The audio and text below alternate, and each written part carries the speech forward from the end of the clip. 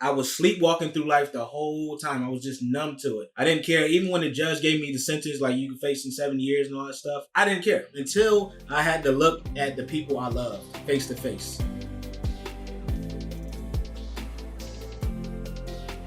Hey everybody, welcome back to Tales from the Journey. I'm Stephanie Zamora, and today we are here with Javon Wooden, who is the founder of Live Not Loathe. And Javon has an incredible story of going through challenging chapters and big life transitions that have shaped him into the man that he is today, doing the incredible work that he is doing, supporting other people. So Javon, thank you so much for being here. Well, thank you so much for the lovely introduction, Stephanie. I really appreciate you sharing your platform with me, and I'm excited to get it going.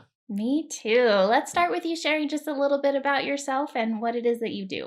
Sure. So, as you said, my name is Javon Wooden. I am the founder and mindset coach at Live Not Loathe, where we help high achievers overcome limiting beliefs and design a life they don't need a vacation from. And we do that through mindset and perception transformation, right? Everything starts with mindset, from the way you look at yourself to the goals you obtain, to the confidence you have, all of that. And it all can change. If you feel like you're lacking that, that's what we focus on, because we want everyone to live that beautiful life that they have in their minds. Absolutely. Mindset is so critical. I am so excited to have this conversation because if you look at your journey and everything that you've been through, it would be very easy to have a negative mindset and just tons of limiting beliefs. Right. And the fact that you have mastered this for yourself and are teaching other people, I think is so incredible and important. And mindset for me, for everyone, has played a tremendous role in me creating the life that I have and doing the work that I'm doing today, because without it, I definitely would have been trapped in depression and anxiety and low self-worth. So I'm very excited for this conversation. Take us back. You've been through a lot in your life, so I'm going to let you pick the best starting point, but take us back to kind of the beginning of your journey, what life was like when you were younger and how it really shaped you.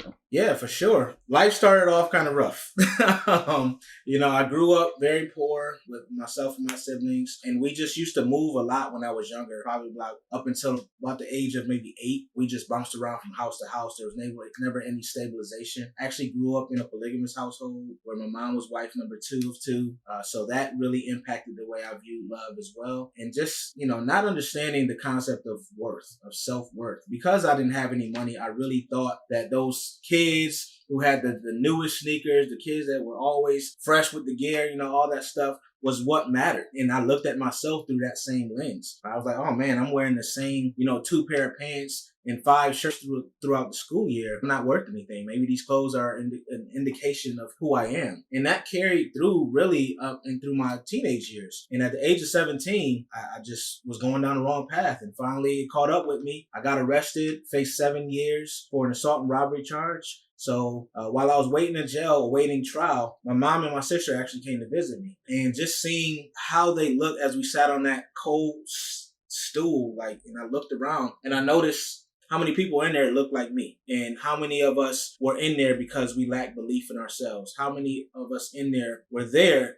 because we didn't know there were other options. We didn't know that we could create opportunities, and that money wasn't the only thing, wasn't the only resource. Actually, it was the last resource on the list of the most important. So when I was sitting there speaking with my mom and my sister, something came to me. I woke up that day. I was sleepwalking through life the whole time. I was just numb to it. I didn't care. Even when the judge gave me the sentence, like you can face in 7 years and all that stuff, I didn't care until I had to look at the people I loved face to face. And I had never seen that look, no matter what we had gone through our lives. That night, I really went back up to my cell and I just prayed. I prayed to God. I said, you know what? Get me out of this. If you could get me out of this, I know you probably hear this a lot, God, but I mean it, right? If you could get me out of here, I promise you, I will find a way to make a difference in my life. I will find a way to leverage some resources. And I didn't know what that meant at the time. And as I was going through, 2 weeks later, he got me out of jail. And I didn't have to do 7 years. The prosecutor had dropped the case. The witnesses had never showed. So it was just by the grace of God. And I really feel like he was just telling me, get your act together.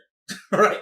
That's the last time I'm going to save you in that way. So throughout life, I ended up graduating high school. And for a few years, I just worked 2 full-time jobs because I didn't want to go back to that life. And I didn't want to put myself in those positions where I disobeyed what God had told me, and then I go back and now the rest of my life is gone.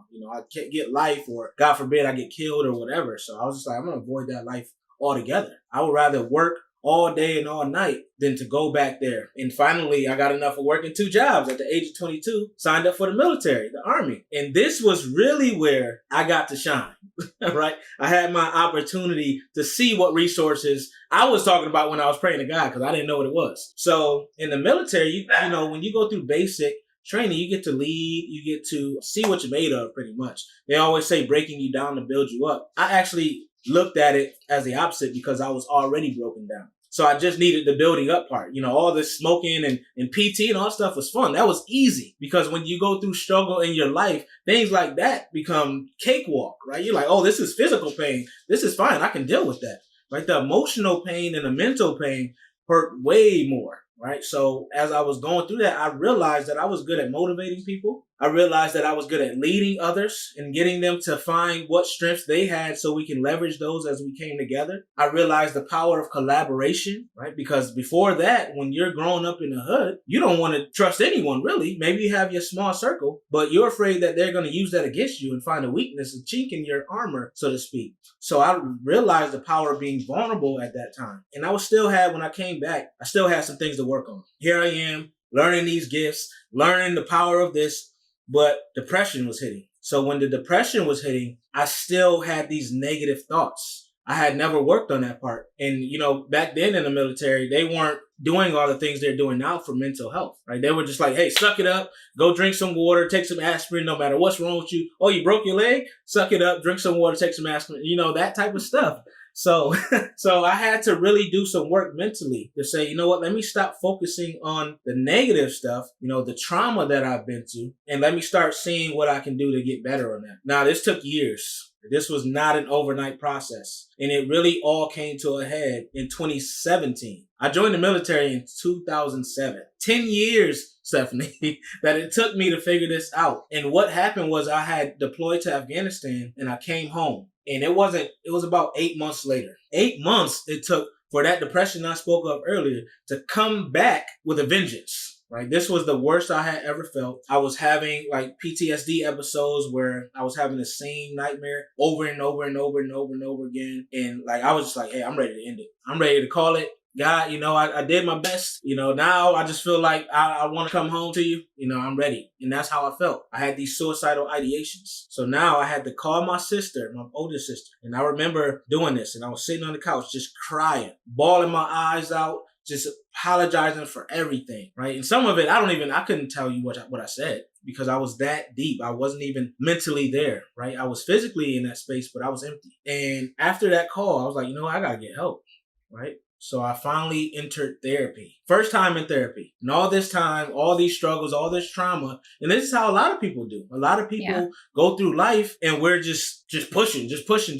But that pushing is doing more harm than good. So that therapy got me to be more vulnerable within my emotions. Before I thought I had to be Superman, right? I'm like, I can't tell anyone I'm going through this. I can't tell anyone I'm not feeling well. I can't tell everyone I'm not okay, right? So I put on this facade and like in the darkest nights in a time when no one was there, I'm bawling my eyes out. I'm feeling so defeated.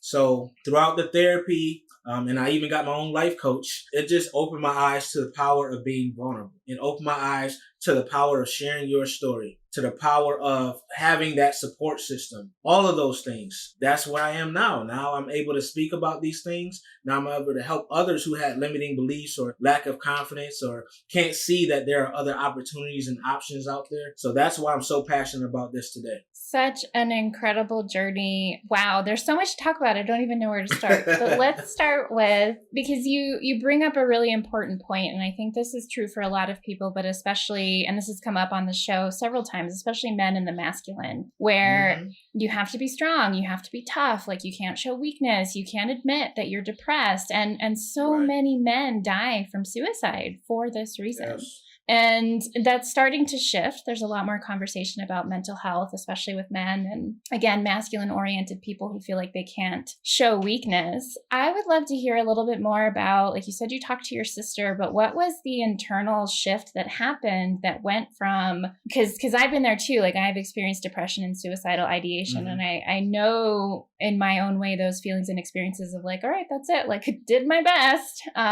What was the internal thought process or shift shift for you that led you from feeling that way to, okay, I'm actually going to ask for help?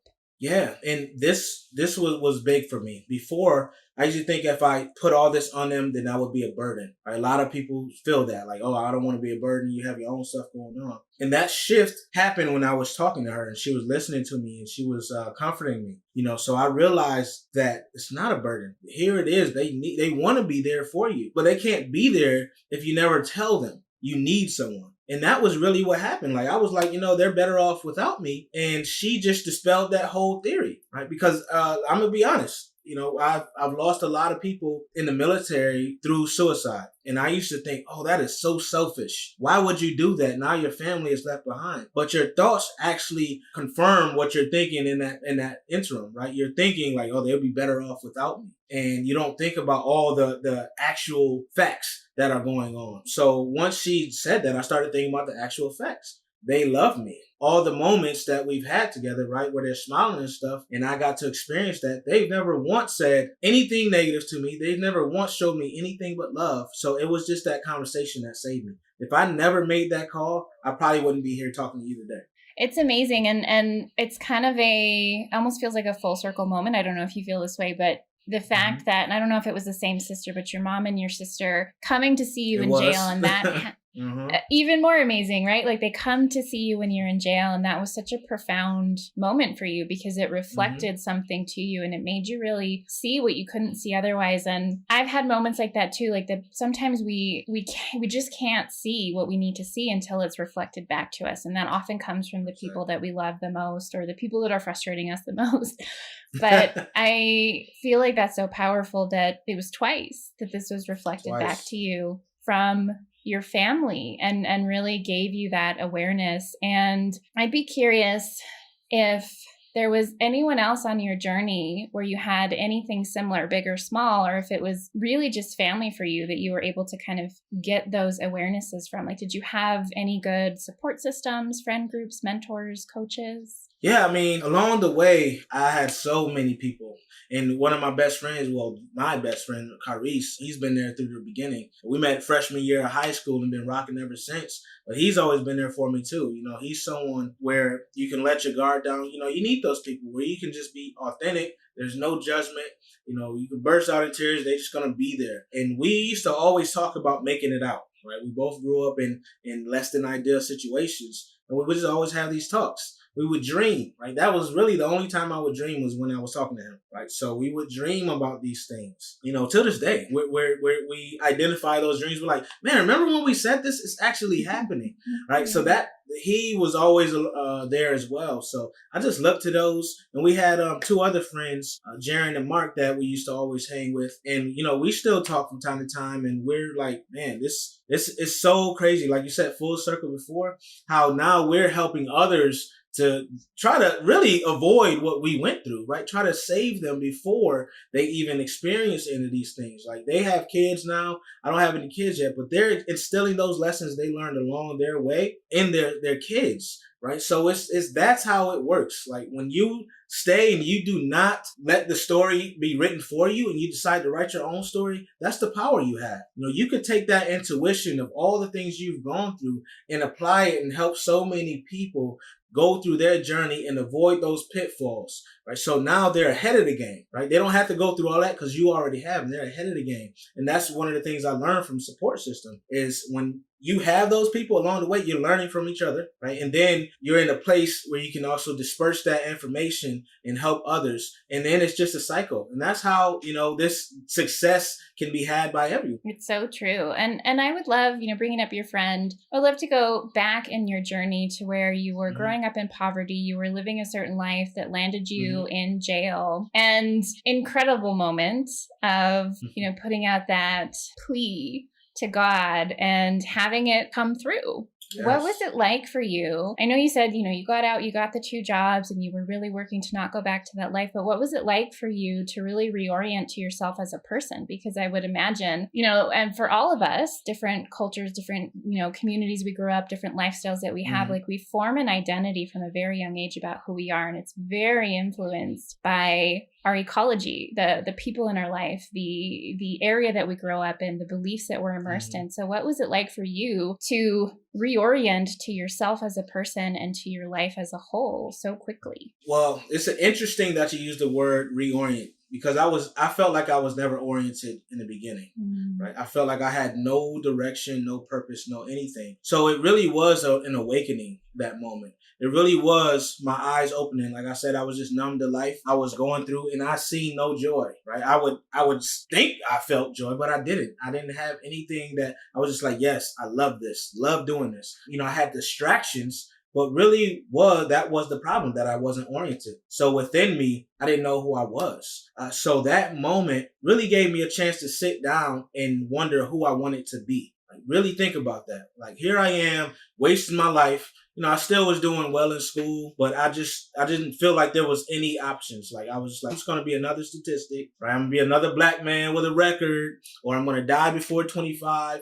All these things you hear, and that's what you hear in the black community, right? Those types of things. And the only people you see make it are athletes and rappers. Unfortunately, that's what it was at the time. Now we're starting to see more and more people who are successful that look like us. But that representation I didn't feel like it was really there. I had to go search, and that reorientation looked like me doing the struggles, like going through the military, just me trying to take action, right? Just trying to figure it out. And I started exploring more. I started trusting my intuition more, started trusting my gut more. And that really was the catalyst of it, was getting on my knees, praying to God, right? That was the orientation. He opened my eyes. It's beautiful. I love having conversations with people who have whatever their religion or spirituality, but a relationship with faith. And I would love to know what your relationship to God and faith was before that moment. Was it strong? Was it sporadic? Was it something that was only there because of family? Like, what was that relationship? Yeah, and that's a great question, Stephanie. So I actually grew up Muslim. And I went to kind of like Catholic school. I went to a Muslim school, Islamic school, where we literally prayed in school for every prayer, right, while we were there. And we would fast during Ramadan. We do all these different things. So I had the foundation, but I was really just doing it just because at that moment, just because I was told I had to do it. But outside of school, I wasn't with all of that, right? So I believed in God, but I was like, man, this is just a formality. I'm really just appeasing everyone who told me I needed to do this. And it wasn't until up that moment that I really started talking to God for me. Well, I really was trying to have a conversation with him. During any other prayer prior to that moment, I was just there, saying whatever prayer that everyone else was probably saying.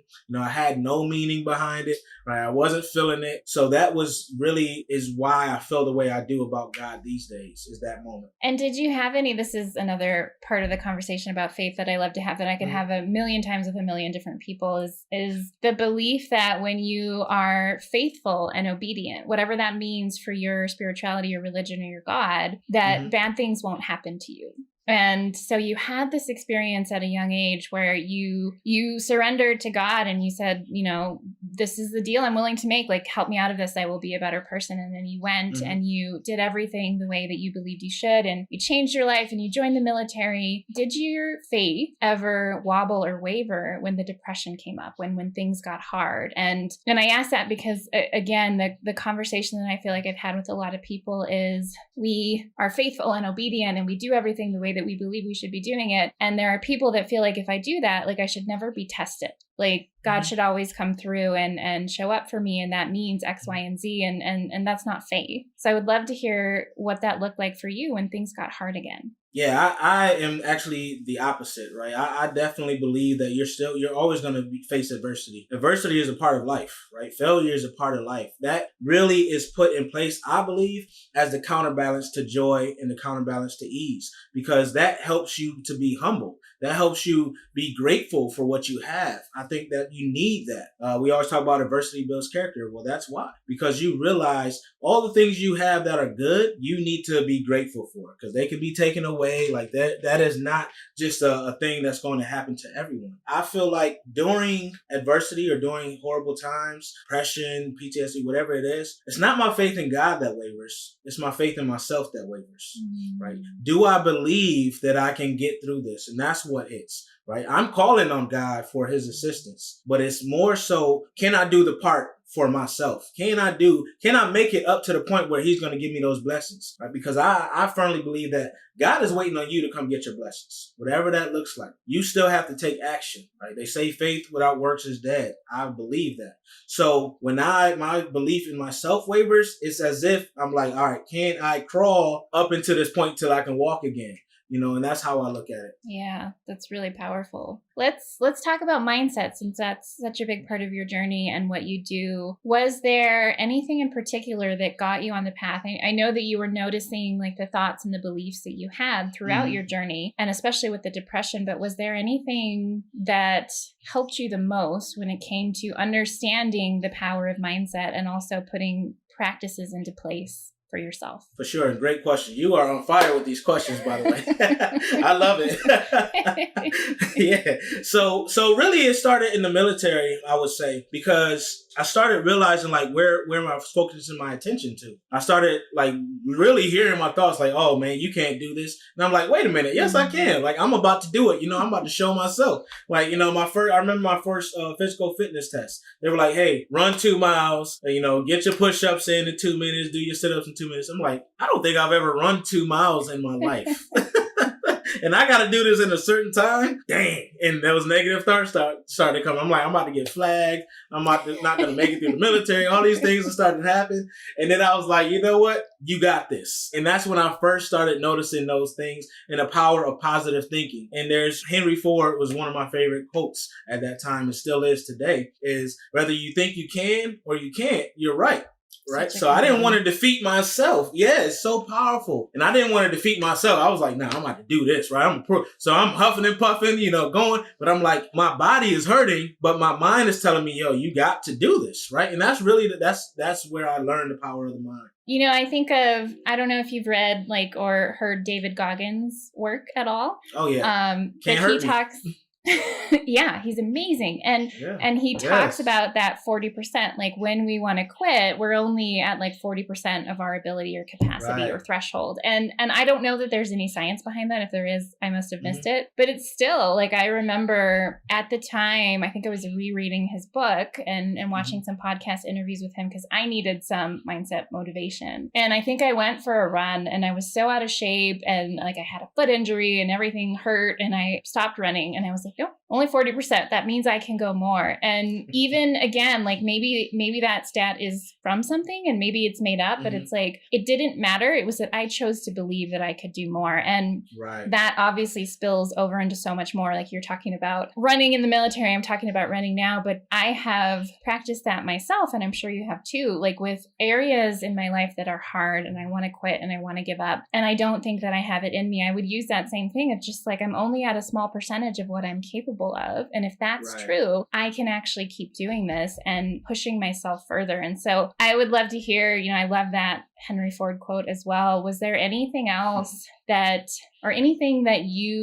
mantras that you say to yourself or any practices that you have or habits to help you keep yourself in the mindset that you want to be in? For sure. And it comes really to a head mostly when I don't want to do something, right? When I don't feel like doing something, I always ask myself, why? Why did I want to do this in the first place? What am I trying to achieve or accomplish? What are the goals? What's the pros and the cons of me not doing this specific step right here? What does that lead to? And that's one of the things I do because it's really about perspective. Right? It's about perspective. And I always say that I get to do these things. I don't have to do them. No, I really don't. I don't have to do them, but what's the counteraction to that? Or what's the consequence of me not doing them? Right? And that's how I have to look at it. Because there's plenty of things in life you're going to just not want to do. You have no passion for it at all. You have really no purpose. And, a lot of people procrastinate in those times because they don't want to do it. They avoid it. But I'm like, I get to do this because it moves me forward to X. So I'm a firm believer in the 5 why principle.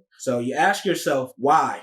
5 times. And that's how you get to your deepest root of the issue or the reason why. So that's what I do when I start questioning myself, like, man, I don't want to do this. I don't feel like writing this paper. whatever the case may be. I say, why did you start this in the first place? How did I get here? Why? Why? And then finally you just drill down. That's the same thing I did with coaching. Like, why do I want to coach people? Why do I feel like that's going to be beneficial? All these questions. I love that so much.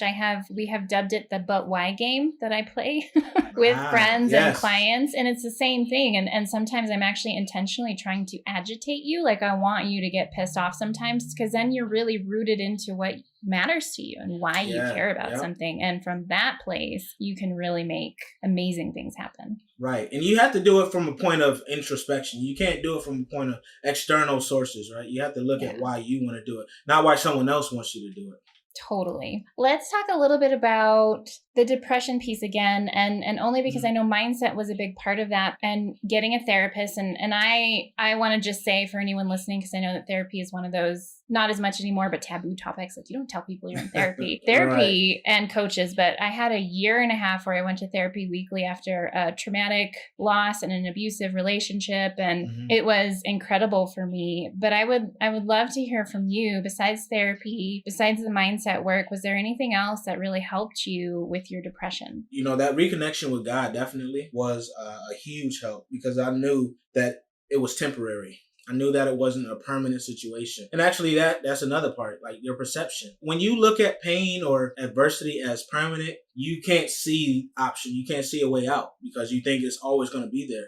But I started looking at depression and PTSD and all those things. I'm like, hey, I feel this coming on. I know it's going to pass. And I'm going to do whatever I can to help it get out my life, right? So that's how I look at it. And I also started realizing that I needed to give myself more grace. Here I am just pushing. And even after I learned the principle, it's still hard for me sometimes to just chill and take that break, because you want to do so much in your life and you don't really know how much time you have to do it.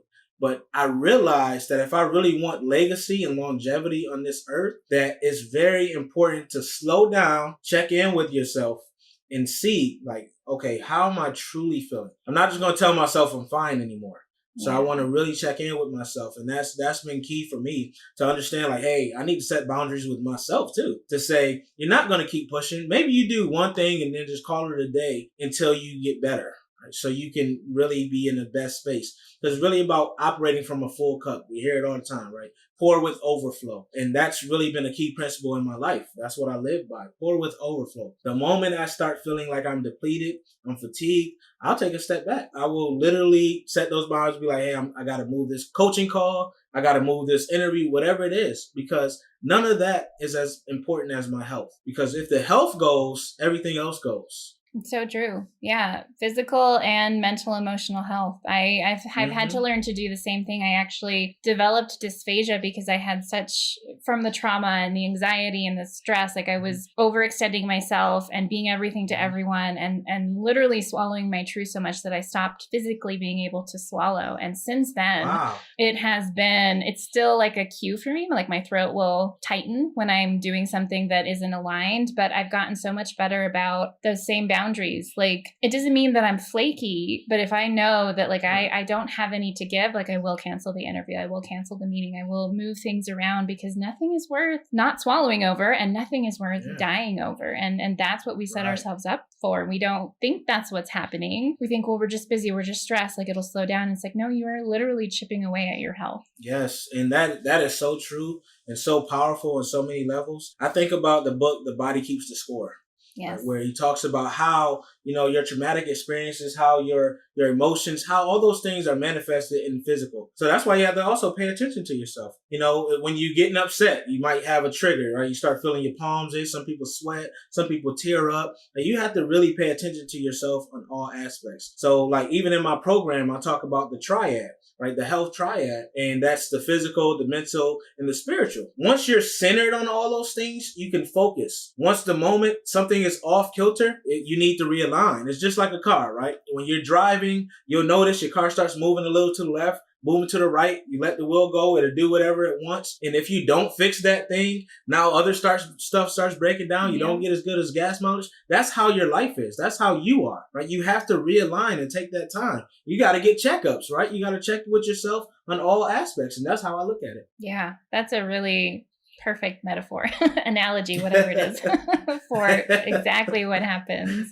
Yeah. Let's talk a little bit about, so a big focus of this show is obviously purpose and the challenging chapters and big life transitions that we go through and how they shape us into the person that we are and the work that we do. And I know that you had your experiences with mindset work and healing and growth and navigating spirituality and all of that. But how did you go from doing your own personal work to realizing this is what I want to do and then actually going out and building your business? Sure. Great question. So I actually started looking at motivational speaking. People were always telling me like, yeah, you're really good at motivating me, man. I feel fired up, right? Especially in the military, because you got to give these speeches, get your troops all round up for the mission, you know, whatever it is. And like, I found that to be invigorating. Like I felt great when just giving a speech. I felt good. Or even football. I used to play football too. And that always was my thing. Like they'd be like, yo, Javon, give a speech, man. Hype us up, hype us up. And that was always the thing. And I'm like, yo, that is fun.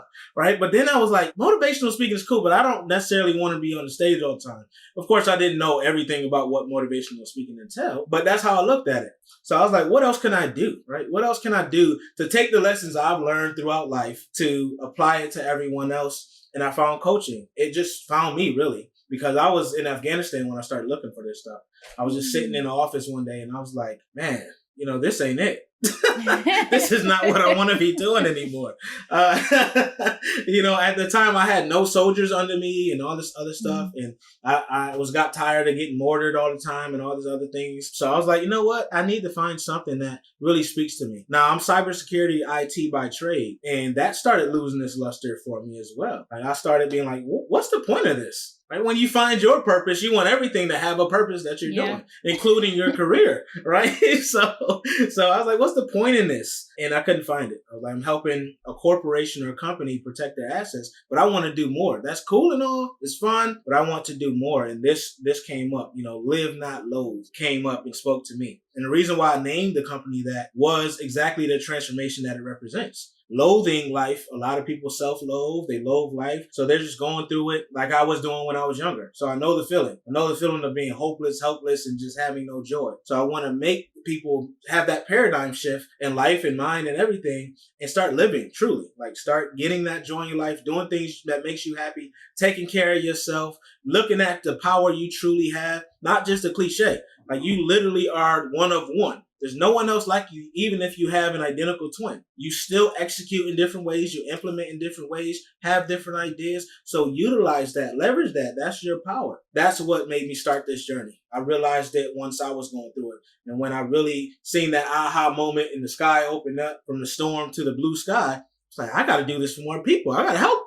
I have to say that I love the name of your business. And even the first time I saw it, I was like, wow, that's really descriptive and it's really perfect. And I've heard obviously of self-loathing and loathing, and I understand the term, but I've never seen anyone use it in relation to coaching work. And I was like, it's very accurate of how it feels. Like I remember low self-worth, depression, like not having any direction or purpose in life, in bad relationships, all the things. And it's just like loathing is a perfect word for how I felt about myself, about life, about everyone. Thank you. Thank you for that. Yeah, exactly. So when you go through it, you like look at it, you like, because a lot of people are like, I never heard the word loathe. Like, what is that? And that's what I want. I want that awareness. I want people to question, like, what the heck is loathe? Right? To look it up and be like, okay, now that's how I'm feeling. So then they can understand that journey that it's going to take. It's not going to be easy. Right? You've been feeling this for how long? Right. So it's not going to be easy. So once you hit that point where you're tired of feeling that way and you're ready to live, that's when we can work. So that's how I looked at it. Absolutely. And you hit on something really important around purpose that I want to touch on, which is there's somebody who, and what was the work called again? The IT work you were doing, security? Oh, cybersecurity. So there's somebody that cybersecurity for the military is like their calling, right? Like that is what they were put here to do. And they will absolutely love doing it. And I think what you highlighted is how there's nothing wrong with realizing that what you're doing is not your purpose work. You're not saying that it's not purposeful work. It's just not yours. And I had a very similar thing. I went to school for graphic design. And so I was working design firms doing branding. And I had started a design business with my then boyfriend back in 2008. And I remember realizing this isn't my calling. This is a skill this is work I went to school for. I've been doing it I have a business, but it's not why I'm here. And there was a lot of, for me, confusion and frustration because I had spent, thankfully, not a ton of time. I think it was at that time like 5 years maybe, or 6 with college, but like I went to school for it and I had built this career around it and I was building this business. And it was like, it was difficult to wrap my head around the idea that I had been doing the wrong thing. And I did something similar that it sounds like you did, where it was like, but I am helping people, right? Like I had this, I could tell I want to help people. I want to do more in the world. Right. And other people and my internal monologue was very much like, but you are, like, just work with nonprofits, just like you are. And it's like, no, you have to claim what's true for you. And so I would love to know, because you had put time in the military. For sure. Did you have any internal struggle with that? Yeah, for sure. I felt like you, right? I was going through, went to school, got my master's in cybersecurity, all these things, doing the work. And at one point I felt great doing it, right? But then sometimes you just get to that point where you're like, okay, I'm done, right? I'm done with this. This was fun. This was great. It's opened me up to fantastic opportunities, but I want more now. And there's nothing wrong with that. Right. I had that thing like, man, I put all this money and time into getting this education. Like I did it when I was in the military. I'm doing it in the civilian world. Like I feel like I'm good at it. It is making me good money. I'm able to support my family, do all these things, but that still wasn't it. Right. So that's the internal thing. It's like if I step out, right, can I still do all these things? Or is it going to be like I step out and I'm going to be struggling for life? And that was what my internal thing was like, well, I want to do this, but does it provide me with the life I actually want? And it turns out that I'm able to do both. Right? Like you don't always have to have either or every time. Maybe you are doing that while you're building up this thing. And that's how I looked at it. I was like, I'm not going to quit. I'm just going to build up, help the cybersecurity fund my dream, right? And it's not that bad for me. Some people are in dire situations where they have to get out right then and there, but that wasn't it for me. I was just like, I don't have to make this giant leap and join the Great Resignation. I can do them at the same time and just make sure I'm focusing on this where I'm not terrible at it and I'm just letting my job fall. But I can also be energized and help other people in the process until Live Not Load becomes the household name that I'm hoping it becomes. I have found that some of my skills that made me great at design and branding have actually transferred over and are something that make me great as a coach and in this work that I do now. And have you found, because it doesn't seem like there would be anything that translates from cybersecurity, but I have found for a lot of people that there's things you wouldn't expect that are transferable skills. And I would just love to know if that's been the case for you at all. For sure. And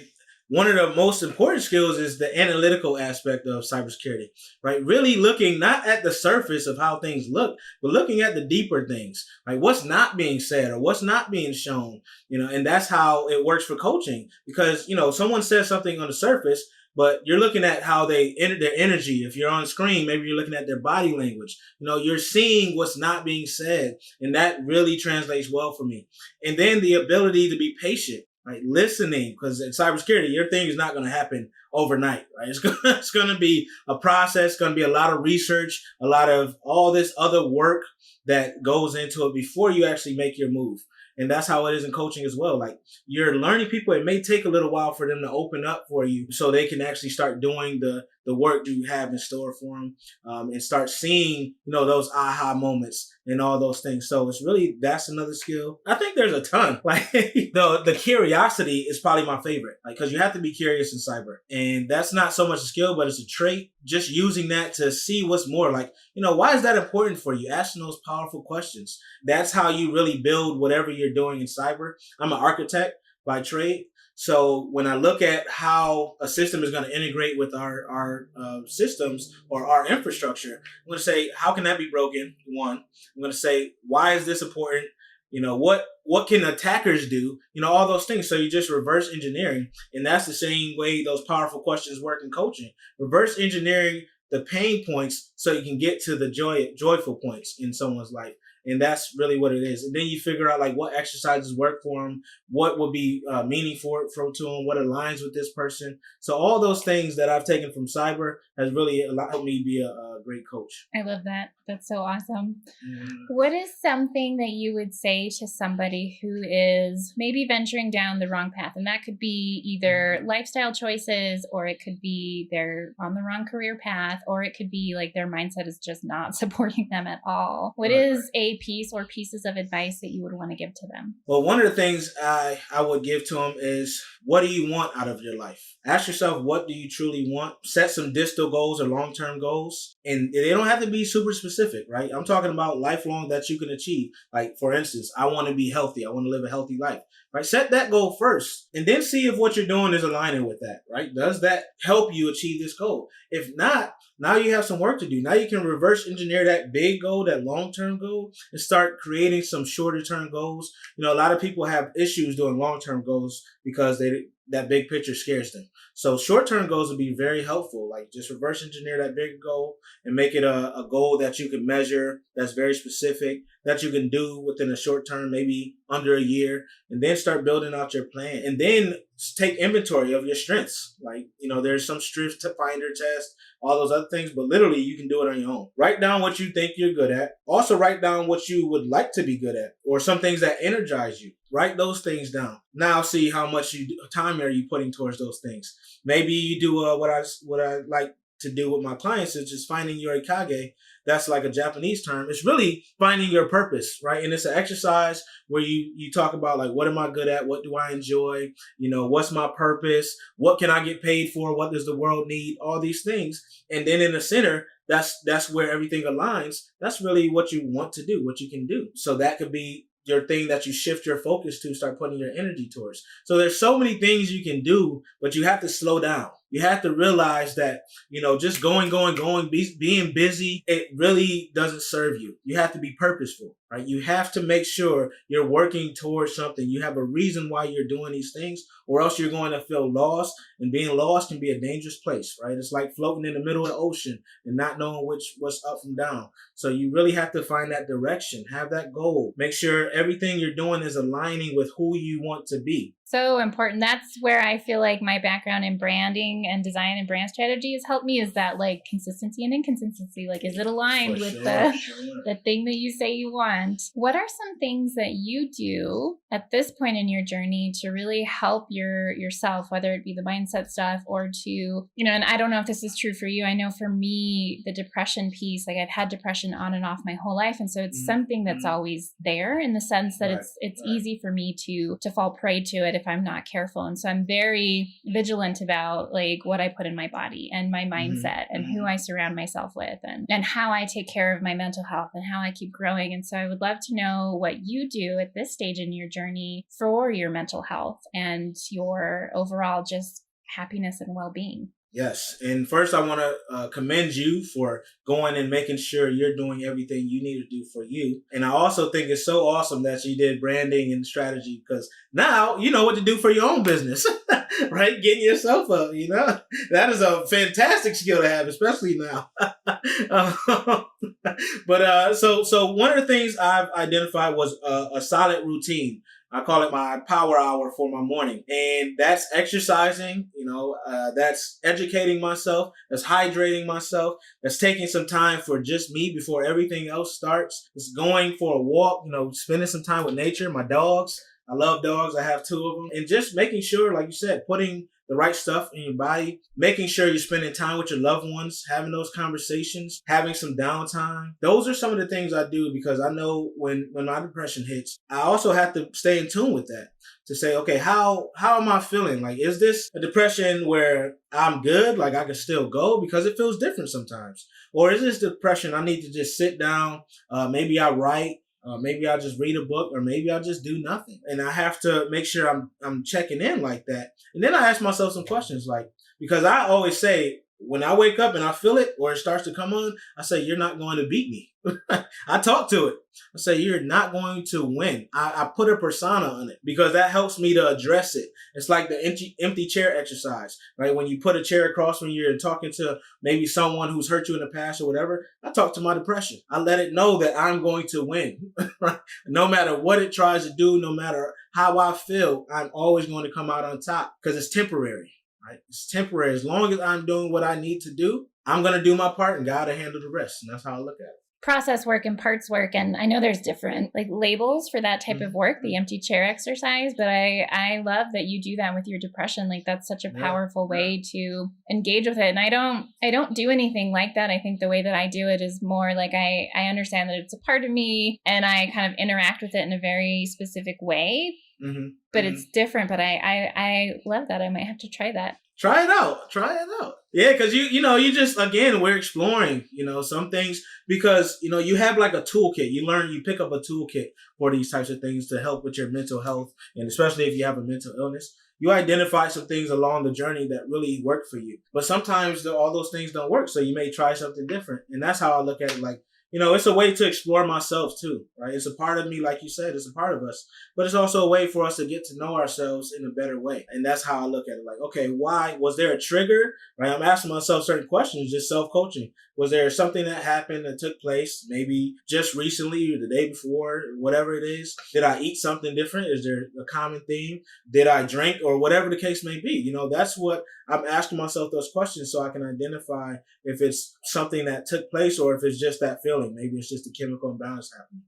So that's another thing I like to do. So powerful. I'm having so much fun talking to you. I hate to bring the conversation to a close. We're going to link to all your amazingness down, but I feel like I should have you back for some other type of conversation soon. I've been thinking about starting a second podcast that's less about the story and more about like the lessons and the teaching. So I will definitely have you back for that. But we're going to link to everything in the show notes, but please tell people where they can find you, how they can learn from you, and how they can work with you.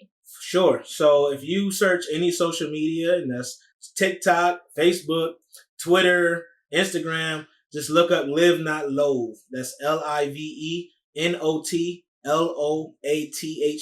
Or you can go to my website, livenotloathe.com. You can purchase this shirt. You can purchase my books. You can book coaching calls with me. I am going to be all over the place. That's the point, to be omnipresent so we can get these messages out. Perfect. Are you dancing over on TikTok? Hey, no dancing. You will not see the dances. You might see a two-step or something like that, but that's about it. I have not gotten on the dancing trend either. No. That is not my forte, I'm all about a two-step. Well, Javon, thank you so much for being here and for sharing all of your journey and all of your wisdom and everything that you've learned. I hope that everyone goes and checks you out. Like, you just were full of so much wisdom and so many great resources and just ways to reframe and think about things differently, which I know you're all about mindset. So that's really awesome. But thank you again so much for taking the time. Thank you for having me on, Stephanie. You are amazing. Keep doing this powerful work that you're doing. Keep ascending.